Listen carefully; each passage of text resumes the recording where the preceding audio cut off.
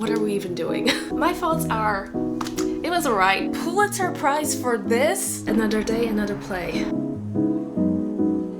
Hello friends, just a really quick intro to this vlog. I have decided to make a video where I read 7 plays in 7 days. The reason why I decided to do it is because I have this video that I wanted to film for years now. If you've been a subscriber for a long enough time, you know it will be my magnum opus when I finally film it and post it. But it's just a video that I would like to make about plays, recommendations, what to read aside from Shakespeare. And before I film this video, I've decided there's a couple of plays that I would like to read. There's actually more than a couple, but I'm a perfectionist, like, I know it's ridiculous, you will not talk me out of it, which is why this plays video might never happen. But let me briefly tell you what I've read in this vlog. First of all, I read The Crucible by Arthur Miller. I read Our Town by Thornton Wilder.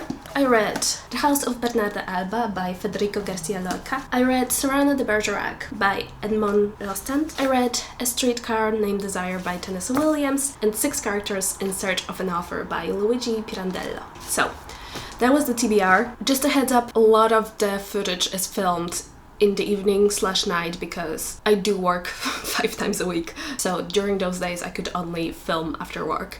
So apologies in advance, but now let me take you back to day 1. Okay, hello, it is Sunday, so day 1 of reading 7 plays in 7 days. It's actually the middle of the day and it's a really nice day outside. It's like 27-28 degrees, but I had to put the blinds down because the sun is like directly shining at me, so it was blinding. Anyway, the book that I'm going to start with, or the play that I'm going to start with, is Cyrano de Bergerac by Edmond Rostand. I feel like the D is not audible. Yes, I've chosen this one because I think it's the longest play on my TBR for this week. So since it's Sunday and I have a day off, I have enough time to sink my teeth into it and to digest it in a leisurely pace. So I do not know what this play is about. I think it's quite old. What is it? Like, wait, was it written in the 19th century? I was sure this was like a 17th or 18th century classic.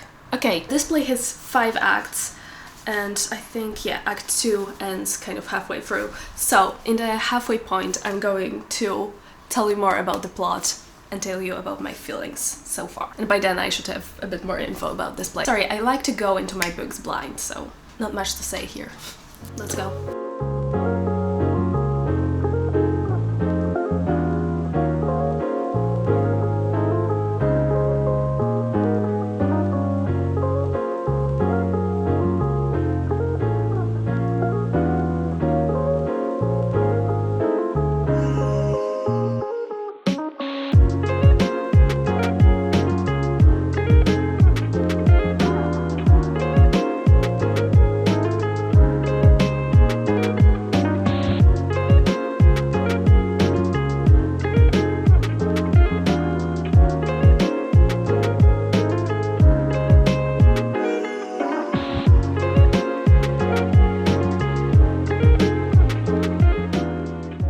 Okay, it is late afternoon at this point and I finally got halfway through Cyrano de Bergerac. I read the first 2 acts.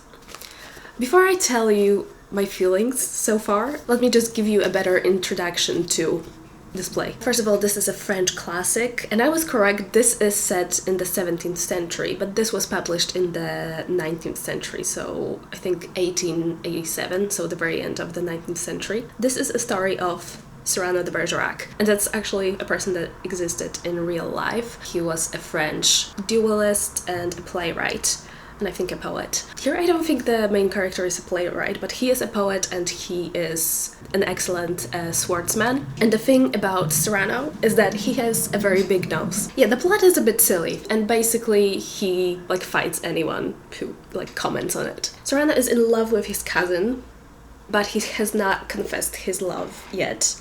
And as far as I got into the story, basically he meets up with his cousin who arranged the meeting, and his cousin confesses to him that she is in love with one of the cadets in the guards that Serena is also part of. And basically the story is that the man that Roxanne, his cousin, is in love with doesn't really have a way with words. He finds it hard to speak with women.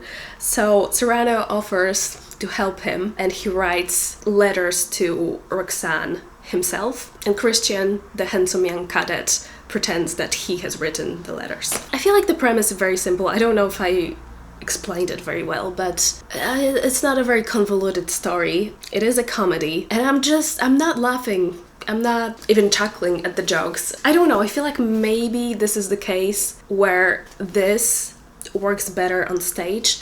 There's quite a big cast of characters, and there's a lot of times where like quite a few groups of people are on stage at the same time, and I feel like actors on stage playing it out can have this like really nice synergy to make the scene work and be entertaining for the audience. While when I read it, to me it feels a bit dry, and just the humor doesn't work for me so far. So we're not starting off great. I'm not really loving it.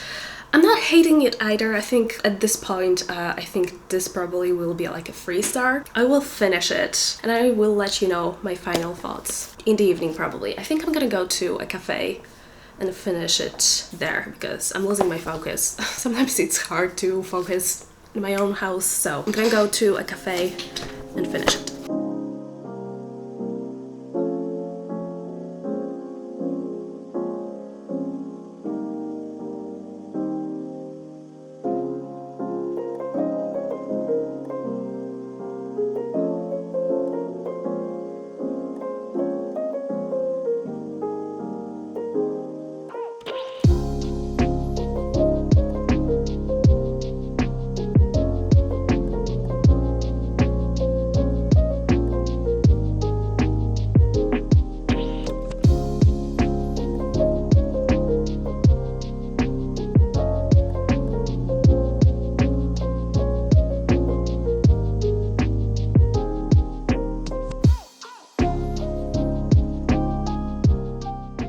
Okay, I'm back from the coffee shop, and surprisingly, I'm coming to you with a bit of a different opinion, compared to my last update. I came around, yeah, I did. I get why this is such a famous play. So in the second half, without spoiling it, we get a little bit more of a serious tone. It starts in Act 3, where our main character, Serrano, starts to be a little bit more open about his feelings, at least to himself. Yes, no more spoilers. And then Act 4 and 5 are definitely more almost tragic. Like, I'm at this point hesitant to call this a comedy. I think I've seen online that this is called a heroic comedy. But yeah, I was glad that we kind of left most of the humor behind, because I did enjoy more of a serious tone. I did come around when it comes to the main character. In the first 2 acts, I felt like Serrano was maybe a bit too... I don't know how to explain it, but I did not think his motives were very pure. But as the story progressed, I really warmed up to the main character and embraced both of his virtues and vices. Yeah, it's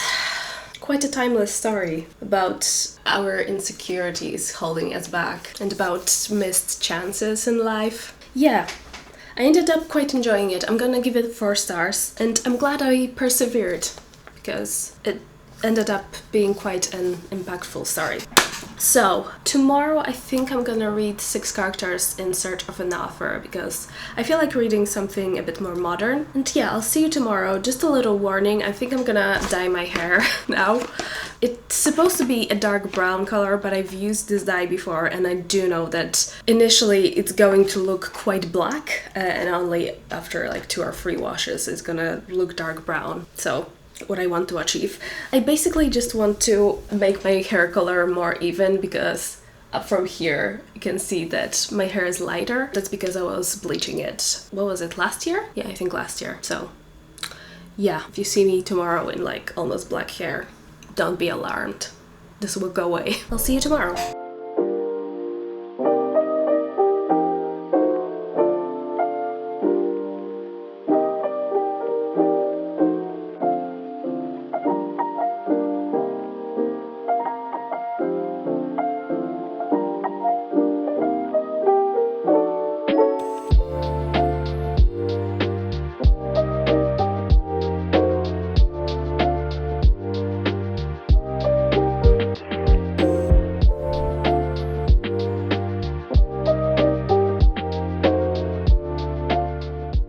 hello, it is Monday after work. It's like, what, 6:30? Yeah. It's already getting dark, so the fall is truly here. Apologies in advance because during the week the updates will probably come kind of late in the day. Thankfully today wasn't super busy, so I did manage to start the play that I wanted to read today, which is 6 Characters in Search of an Author by Luigi Pirandello. I managed to start it during work hours. Let's say I read it during a lunch break. That way it doesn't sound like I was slacking off during work. I wasn't. There wasn't much to do today. Anyway, also I dyed my hair. You can't really see it very well because, oh my god, the lighting, I'm so sorry. It looks quite dark, but it's gonna look more natural after like 2 washes. But when it comes to the play, so this is an Italian play, right? Hold on. Luigi Pirandello, that sounds like an Italian author. Yes, that's correct. He is an Italian dramatist and a novelist. I mean, was. He won a Nobel Prize? Yeah. In literature. Interesting. Okay, so let me tell you the plot before I dive into why this play, or like the genre of this play, is interesting to me. So we have, as the title suggests, 6 characters in search of an author. Basically, the play starts off in a theater. We have a director and actors who came in to rehearse a play. It's quite meta because the play that they are putting up is a Pirandello play. So this is a little nod to how meta this is going to be. But before they start rehearsing, they are interrupted by an usher and 6 other people who enter the theater. And the usher informs the director that those people would like to see you, and they introduce themselves as characters in search of an author. At first the director is like, that's insane, can you please leave our theater, like we need to rehearse and we cannot be interrupted by crazy people. But the characters persist and slowly try to tell their story so they can convince the director to be the author of this play. I hope that makes sense. This play is quite short and only has 2 acts, so I read the first act, I'm pretty much halfway through, and I only have the second act left. I'm kind of hesitant to state my opinions at this point because yesterday I ended up eating my words. Like at first I was like, this play sucks, and then an hour later I was like, actually it's really good. So I mean, okay, I don't have many opinions as of yet anyway. It all depends how this play ends, honestly. It is reminding me of like Beckett's plays, or this one play by Tom Stoppard, Rosencrantz and Guildenstern Are Dead, which is a play about 2 like minor characters in Hamlet. It's interesting, but I don't know if this is my genre. But it's fascinating me because this was written in 1921, while I feel like the absurdist movement started kind of around the 40s. Beckett was writing around the 50s, and Tom Stoppard's play was published in 1967. So it does feel like Luigi Pirandello was kind of a bit ahead of his time with this very meta play that is questioning, you know, what are characters, what is an author, what is the role of the actors. But yeah, we'll see how I feel by the end. I feel like I'm not, I don't know. I feel like I enjoy meta things, but I don't enjoy absurdist theater. You know? I didn't like the Tom Stoppard play. I didn't love... What did I read by Beckett? Happy Days. Waiting for Godot I never read, but I saw it on stage. I enjoy when things are meta. I enjoy when things are kind of referential. And I enjoy when authors break the rules and like break out of the like classical form of things. But when it gets too far, like in absurdist theater, I get a bit lost. So... We'll see. I'm kind of in the middle right now, like, I could love it, I could hate it. For now, I'm going to put this down and go grocery shopping, and when I get back, I will finish up this play. You know, my final thoughts.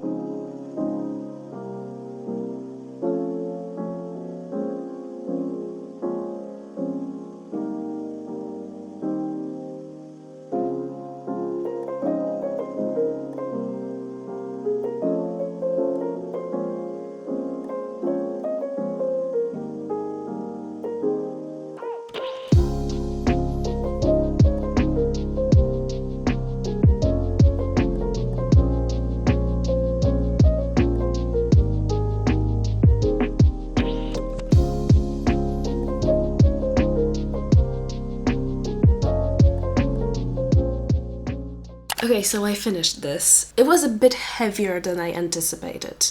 Although I should have known, because like it starts off a bit wacky and silly, but the story that the 6 characters want to tell, you know, from the beginning is quite tragic. But I just want to say, if you're ever considering reading this, I'm gonna put up some trigger warnings because I feel like some people might be sensitive. There is some talk of incest, and specifically between father and daughter. I actually don't think it's a spoiler because it is kind of insinuated from the very beginning, but since it is such a heavy topic, I just want people to know what they're getting into. I'm not quite sure what rating I'm going to give it. It's interesting because after the first act, the director decides that he is going to stage this play, but then in the second half, without really spoiling anything, you can see that the director's vision is to make the scenes a bit more lighthearted and a bit humorous, and that the characters, you know, start acting up, saying like, no, this isn't the truth, this isn't how it happened. You're not telling the story how it should be told. So it's an interesting commentary on, you know, different adaptations and different visions that the directors can have for the plays they stage. I liked it. I think it's a very thought-provoking read. I think for its time, it's quite revolutionary. I think I'm going to give it 4 stars. I enjoyed it, but I feel like the message got a bit muddled up. Like, I think I wanted this to be even more meta, because by the end I wasn't sure where we were leaning. Were we actually trying to tell the story of the characters, or were we trying to make a point, like a metaphysical? Meta-theatrical point? I don't know. I feel like the meta elements got overshadowed by the actual story. I don't know. I think it has to do with the actual ending of the play. We could have made a different point rather than ending it with an actual story. This probably makes no sense if you haven't read the play. Maybe it doesn't make sense if you read the play. I don't know. Anyway, I'm glad I read it. I think I'm going to give it 4 stars. Interesting read, to say the least. I actually don't know what I'm gonna read tomorrow, but I guess Anya from the future will tell you about my next read. A few moments later. Okay, actually I'm back. Not because I changed my mind about the play, but I just have a few more things to say. I wanted to go back to my previous point, the thing that I was talking about after I finished the first act, with, you know, how things can be meta or things can be absurdist. So when it comes to this play, it didn't go too far into the absurdist direction, thankfully, but I think it didn't go far enough when it comes to the meta commentary. And let's talk about it. Because I enjoy when things in literature are meta, because I like when things are self-aware. I enjoy when the author breaks the fourth wall, because it makes you question things. It makes you think about storytelling. It makes you question what is reality. I feel like it just makes you think critically. But when it comes to the theater of the absurd, I think it has an important place in the history of theater in the 20th century, even though I don't personally enjoy it. It just brings chaos, it breaks the rules, it makes things illogical just for the sake of it. It does show the absurdity of human existence, but because things stop being rational, they become meaningless. And I understand this is the whole point, I do, I just don't enjoy that. I unfortunately like when things make sense, and I don't mean that sarcastically this time, because I think I said something similar in my previous vlog when I was reviewing Virginia Fato's book, Victorian Psycho. Because I think this is kind of narrow-minded of me. It stops me from enjoying certain art forms. Like a lot of modern art. Sometimes, you know, there is a point to it, but a lot of the time I'm just thinking like, what are we even doing? Like I said, this didn't go that far when it comes to the absurdity. But yes, I would have liked if we ended the whole play on more of a meta note. Anyway, it is very late. Can you tell that this is just like middle of the night rambling? So I need to go to sleep, but I will see you tomorrow. with a review. Hello, another day, another play. I'm a bit tired today, if you can tell. I didn't say anything yesterday, but the last update that I did was actually almost at 4 a.m. I don't know how it happened. I kept putting off reading the second act of the play, and then after I filmed the first clip, my battery died, but I ended up having more thoughts, so I had to wait until the battery charged to film the second clip. So I ended up finishing at almost 4 a.m. Let's not talk about my sleeping schedule. The play that I've decided to read today is A Streetcar Named Desire by Tennessee Williams. Just a little recap because maybe not everyone saw my last vlog where I talked about it, because I was supposed to read it in my previous vlog, but ended up reading a different play. Basically, I am familiar with the plot of this play because when I was working at the theater as an usher, when I was a university student, I saw this play on stage about like 8 times. But this is one of the few times where I felt like I didn't fully grasp the whole meaning of the play. I did understand, I did follow the plot, but just the motivations of some of the characters, I felt like I didn't fully understand them. So I'm excited to finally read the source material. I don't know how familiar this will feel because I did watch it in Polish on stage, and also it was quite a few years ago now. But I'm interested to see how much I will enjoy it because the stage adaptation was very emotionally charged and kind of exhausting to watch, honestly. And I don't know if I loved it, but I also felt like I didn't fully understand it. So this is a very well-loved play, and we'll see if I will agree with the public opinion that this is a masterpiece. I think I'm going to...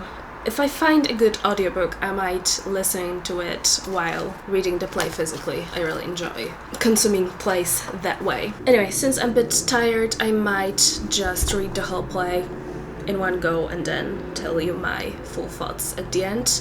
But we'll see, maybe I will have something to say along the way. I'm tired.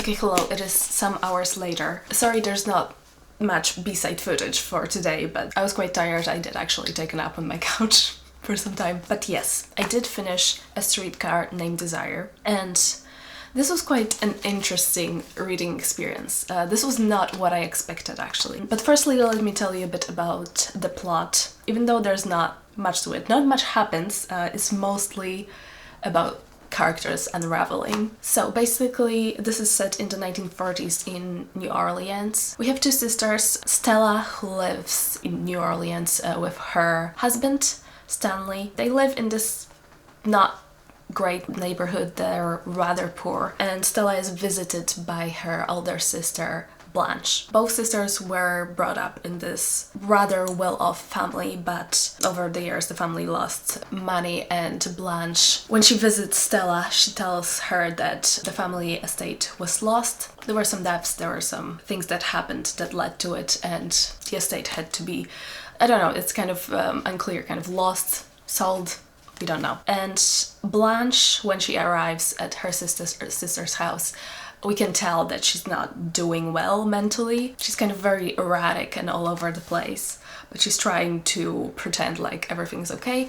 But she also does tell her sister that she had to take a break from her job. She is a high school teacher because she wasn't doing well mentally, so she visits her sister for the summer, and we go from there. First of all, I found it really hard to separate the stage adaptation that I saw so many times from the text that I was reading, because I saw it probably 8 or 9 times on stage.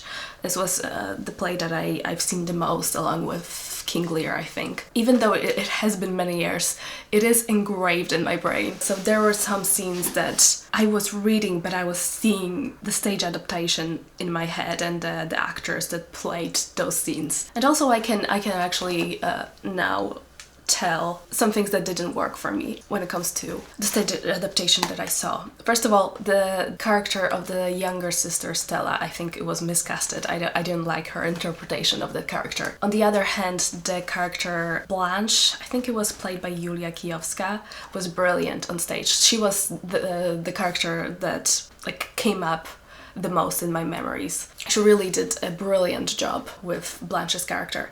But the thing that is most interesting to me is that I thought that maybe I didn't fully understand this play, but that is not the case at all. I think I thought that by reading the source material, by the end of it, I would know whose side I'm supposed to be on. But I don't think that's the point of this play. All of the characters are very flawed. Most of them are very unlikable, maybe except for Mitch. But they're all so well written.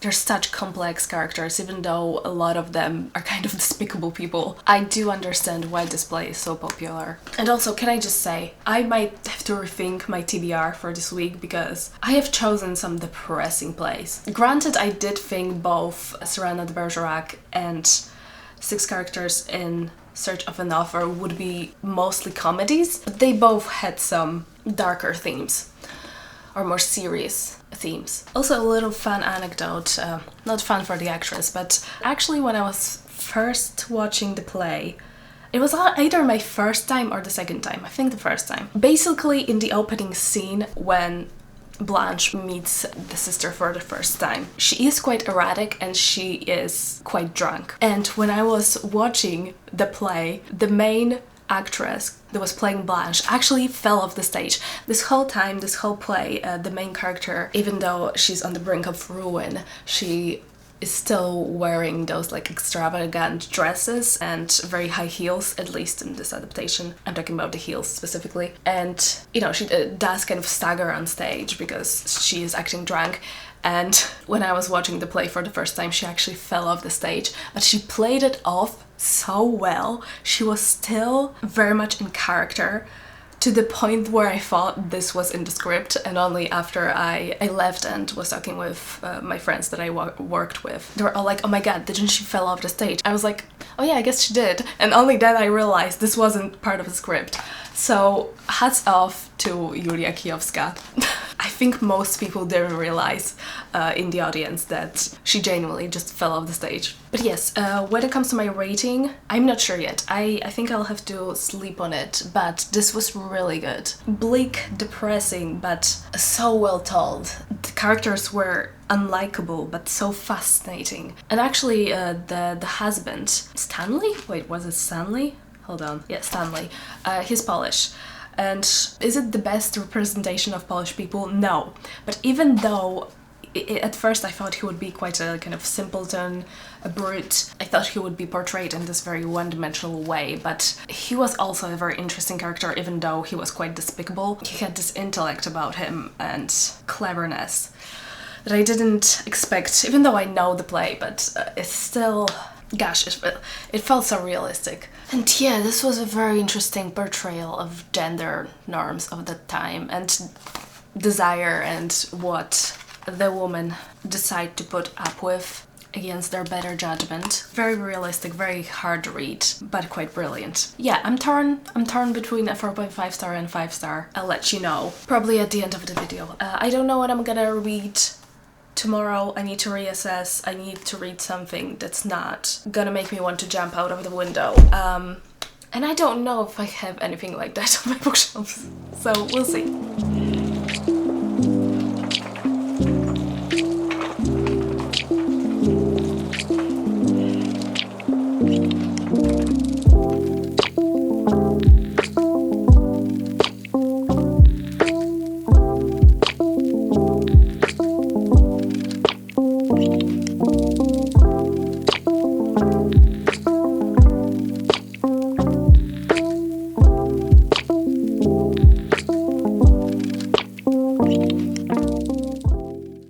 Okay, so I finished Our Town by Thornton Wilder. I've decided to read it solely because it felt quite popular. It has a lot of ratings on Goodreads for a play, and it did win a Pulitzer Prize. So as a preparation for my video about plays, I was like, I should read that. Well, Okay.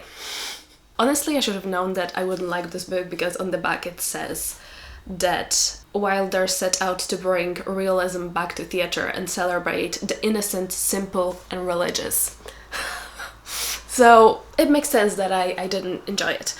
So this play is about this town in America in the very early 1900s. It consists of 3 acts and basically just centers around people living in this little town, their daily lives. The second act talks about marriage, a marriage of a specific couple, and then the third act talks about death. So, you know, just like a circle of life kind of thing. This was just far too sentimental for me. The message that it carries might be important, you know, appreciate the little things in life, treasure every moment, etc. But I'm just far too cynical for that, I think.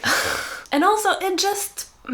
It kind of angers me because this glorifies a time in America, like shows this little town where, you know, everyone's sweet to each other and everyone's kind to their neighbors and enjoys simplicity of life. But this is a time that never was. Like, living in a small town in America in the early 1900s, there was racial inequality, there was domestic violence, there was racial tension. Like, this ideal never existed. And like, listen, this isn't a terrible message to have. I do think, you know, in today's day and age, we do like community, we should appreciate little moments more. So I don't think I'm going to give it 1 star. I think I'm gonna settle on 2 stars. But also, a Pulitzer Prize for this?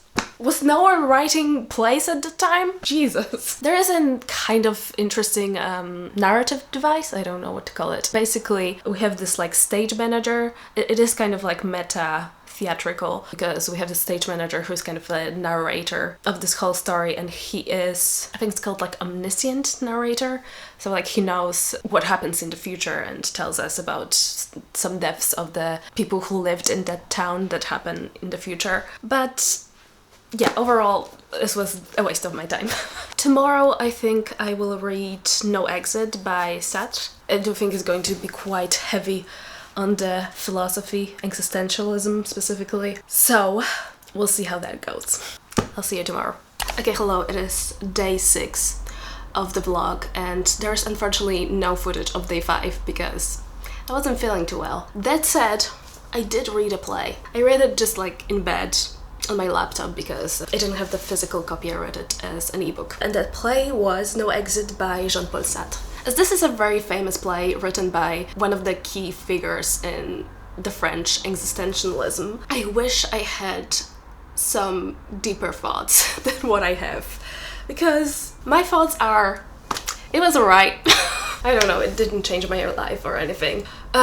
Okay, let me tell you about the plot. So basically, this was written in the 1940s, I think. And the setup is, we have 3 characters who meet in this one room. They are brought over by a valet, they don't know each other, and it is established that they cannot leave this room.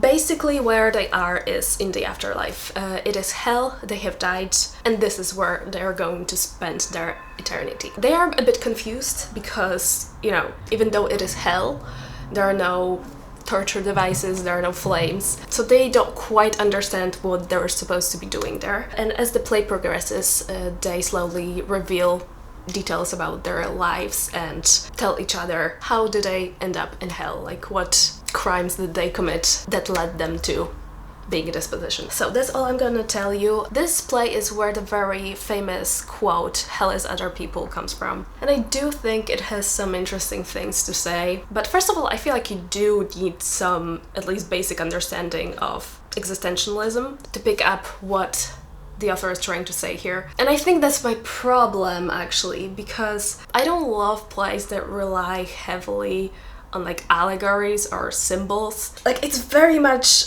show don't tell kind of storytelling, which is fine, but I think I prefer more direct philosophical discussions. You know, just a preference. And yeah, it talks about shockingly our existence and being perceived and how other people's gaze or like their thoughts constructs who we are as people and how we are constrained within how other people view us. And yeah, this was fine. I'm giving it 3 stars. I actually was going to read Dr. Faustus by Marlowe next, but unfortunately it did not come in time. I ordered it like last week, but there are some delays. So I think today I'm going to read The House of Bernarda Alba by Federico Garcia Lorca, and tomorrow I'm going to read The Crucible by Arthur Miller. I feel like this is something everyone's waiting for me to read. But yeah, I should finish my work soon and I'm gonna go to a coffee shop to read. I also have some packages to pick up nearby the cafe, so let's do that tomorrow. Actually, I'm meeting with a friend in the morning, but I should have the rest of the day free to read the last play of the vlog.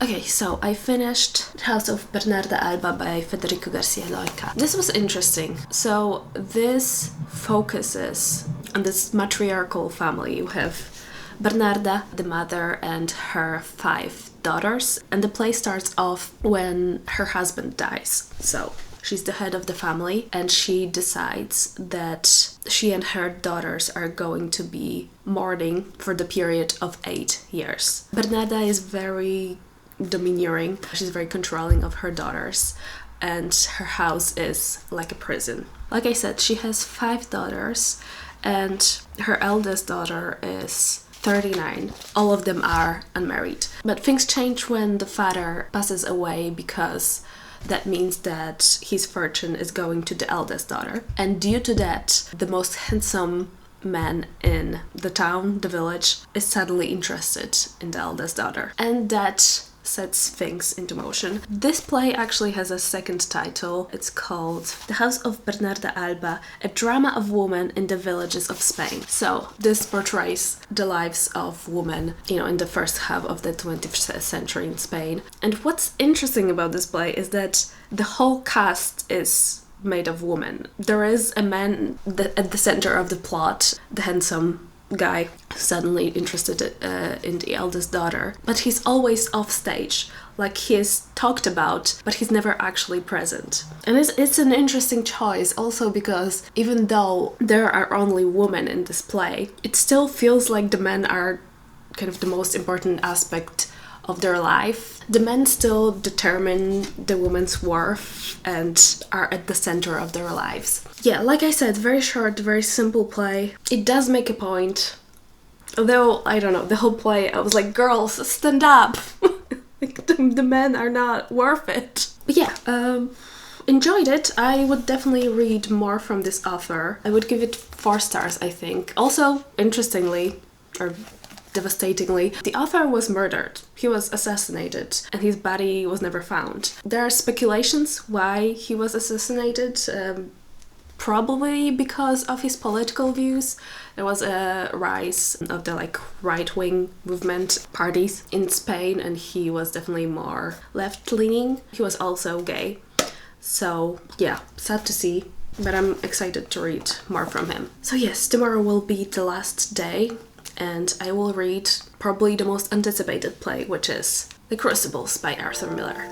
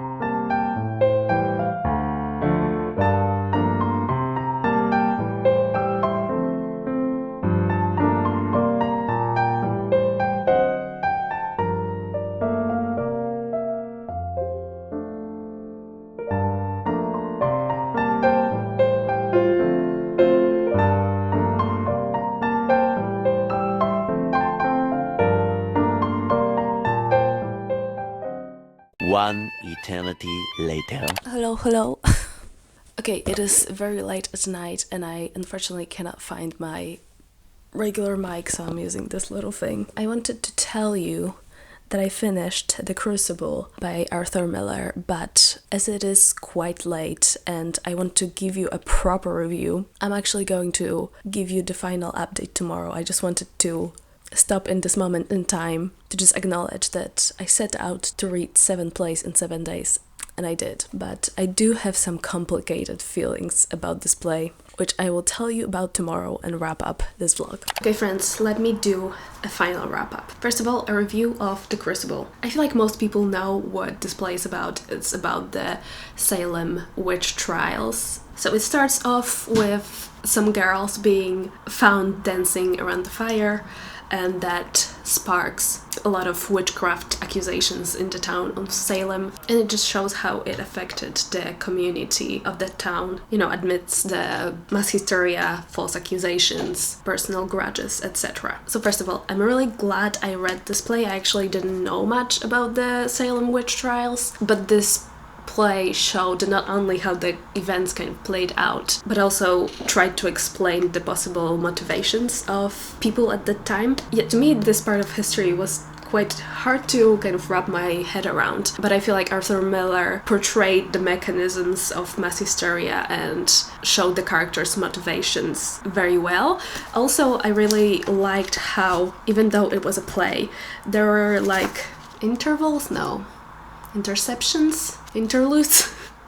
I don't know what to call it, but within the play, Arthur Miller, like when a new character would show up, sometimes would put like a few paragraphs of text introducing us to this person because it was a real person in history, and tried to explain their possible motivations and, you know, what role that person played in the town, and I really appreciated this kind of context. And also, I do understand the historical significance of this work. This was written in the 1950s, during the era of McCarthyism, I think that's what it's called. So, you know, this play is an allegory for that time when people were being accused of being communists and were being persecuted. So like I said, there's a lot that I appreciate about this play, but I do have some complicated feelings overall, because why Arthur Miller is using this like horrendous event in human history where so many women were victims to tell a story of a tragic male hero. Like, listen, okay, getting into this play, I didn't expect it to be this like feminist masterpiece. This was written by a straight white man in the 1950s, but just the choice on who we're focusing in this play is interesting. I'm going to talk about the character of Abigail, who started kind of the whole witch hunts. I guess there are going to be spoilers ahead, even though this is like an actual event in history, but Arthur Miller made some artistic choices in the play that I don't quite agree with. Proceed ahead with caution if you haven't read the play. Basically, Arthur Miller made the character of Abigail older. I think she was 11 or 12 at that time, and in the play he made her 17, I think. And also he has decided that Abigail, like her motivations for kind of starting to accuse women of witchcraft would be because she had an affair with John Proctor, who was a local farmer. And then Abigail ended up accusing his wife Elizabeth of being a witch. I don't understand why he made this choice, because if we're making a point how, aside from personal interests, this oppressive Puritan system is to blame, but then Arthur Miller goes on to, you know, sexualizing this kid that actually existed in the past and making up motivations for her that have no historical background. I just don't understand it. Like, isn't it more probable that this kid was somehow influenced by other adults? Also, in the end, he's claiming that she ended up being a prostitute in Boston. The legend has it that Abigail turned up later as a prostitute in Boston, but I think he was the one who started those rumors. Like, I don't think I haven't seen much to prove that. I don't know, like, aren't we saying the oppressed are the victims? But then he's like, except for Abigail, she was just an evil bitch. She was a kid, she was 11. I don't know, interesting choice. So, you know, I can appreciate this play for what it's doing while also having some criticism of it. And I guess overall I would give this play 3.5 stars. So, to wrap this whole vlog up, I'm gonna give you a quick ranking of all the plays that I've read because some of the ratings have changed slightly. So, on the last place we have Our Town by John Thornton. I did not enjoy this, I give it 2 stars. Then we have a 3-star with No Exit by Jean-Paul Sartre. I think the premise was very interesting, but I did not actually enjoy the philosophical commentary. Then we have 2 3.5 stars. Both of those plays I can appreciate for what they're doing, even though I had some quibbles with them. First, The Crucible, and then 6 Characters in Search of an Author. This rating has changed. I initially gave it 4 stars, but I think it's closer to a 3.5 star. Then we have 2 4 stars. First, The House of Bernarda Alba, and then Cyrano de Bergerac. This was a surprise. I started off not really enjoying the humor of this one, but the last 2 acts really made me appreciate what the author was trying to say. And lastly, we have A Streetcar Named Desire by Tennessee Williams. I'm still not quite sure if this is a 4.5 star or a 5 star. I think it's more of a 4.5 star. Like, it doesn't quite feel like a 5 star, but also I have no justification why I would give it 4.5 stars. Like, normally I can tell you what didn't work for me, what stopped me from giving like a book or a play a higher rating, but here I'm just like, I have no criticism. So I wonder if it's because the stage adaptation that I saw is kind of bringing it down for me. I don't know. It doesn't really matter. All I can say is I really enjoyed it, and I'm really excited to read other plays by Tennessee Williams. There's another one called The Glass Menagerie, I think, and it's also very popular. And I think I'm gonna read it quite soon, because I really can't wait to read something else by this author. So that was all. Hope you enjoyed the video, and I'll see you soon in the next one. Bye!